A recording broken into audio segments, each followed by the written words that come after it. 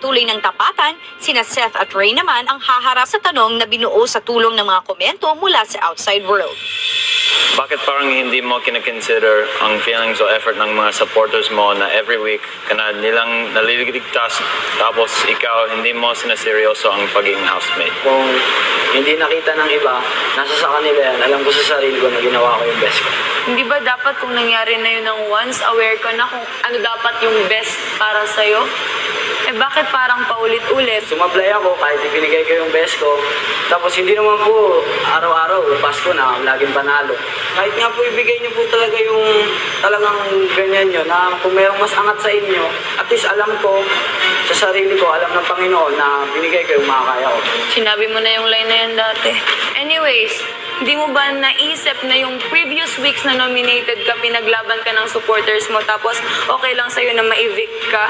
Kung sakali kung ma-evict lang po ako, ayos lang po sa akin, kung pagsisisihan nyo. Nagpapasalamat ako sa kanila dahil binigyan nila ako ng pagkakataon na magtagal dito sa bahay ni Kuya. Hindi ako yung tipong, ay madami akong ban, sige, hayaan yung buhay. Saved by the bell. May kalalagyan sa showbiz.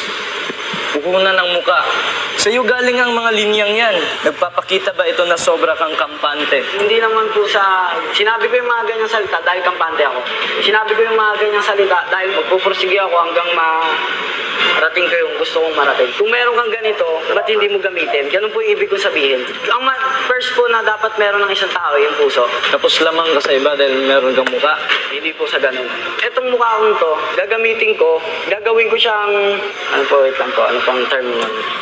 Asset patungo sa pangarap mo. Sinasabi ko sa sarili ko, gwapo ako.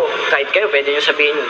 Pero yung, kung maring magmamayabang ka, lalaki ulo mo dahil ganito ka, eh, ganun nga po na wala kang papatungan. Kaya ba kampante ka mag-giveaway sa Big Jump Challenge? Hindi.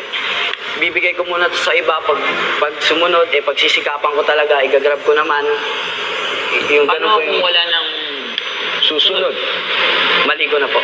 Kung papapasukin dito lahat ng housemate, kanino mo harap-harapang sasabihin na hindi mo deserve maging housemate, hindi mo deserve makabilang sa Big Four, at hindi mo deserve maging big winner? Wala po talaga. Magpakatotoo po. Wala po. Yung tanong namin, yun Wala ang kang choice sasagutin kundi mo. sagutin kami. At magbigay ka ng rason. Wow. Tumatakbo oras.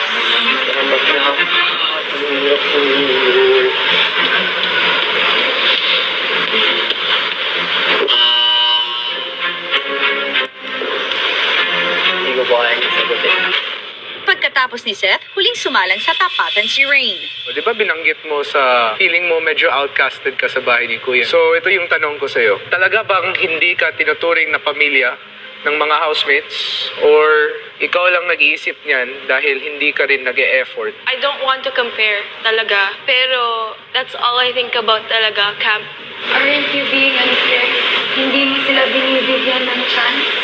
Yeah, binibigyan ko sila ng chance. Kaya I be there for the smallest things, and I feel like that's what's important. I have my own troubles of fitting in all the time.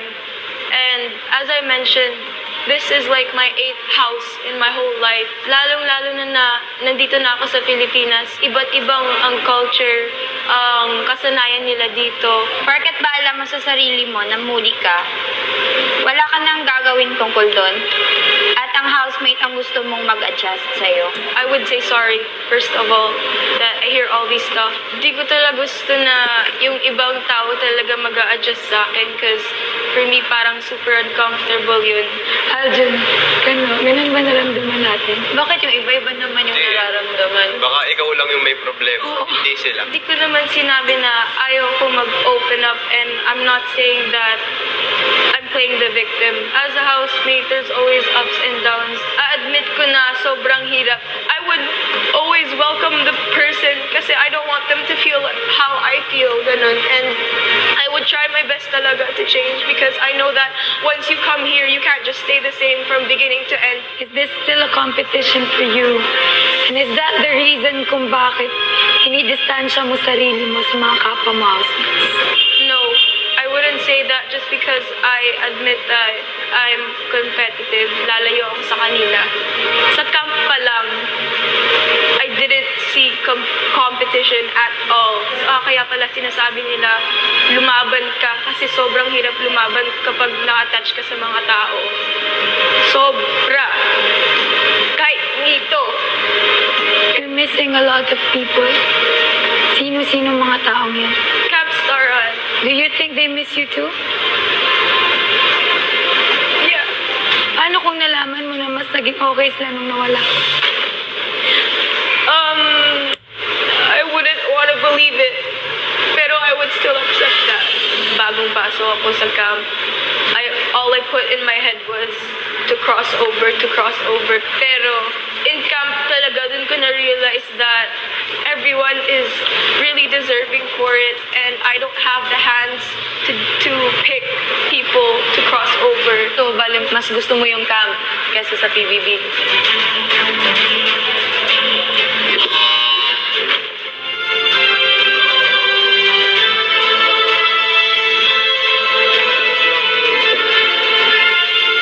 Ginawa mo lang yung dapat mo gawin.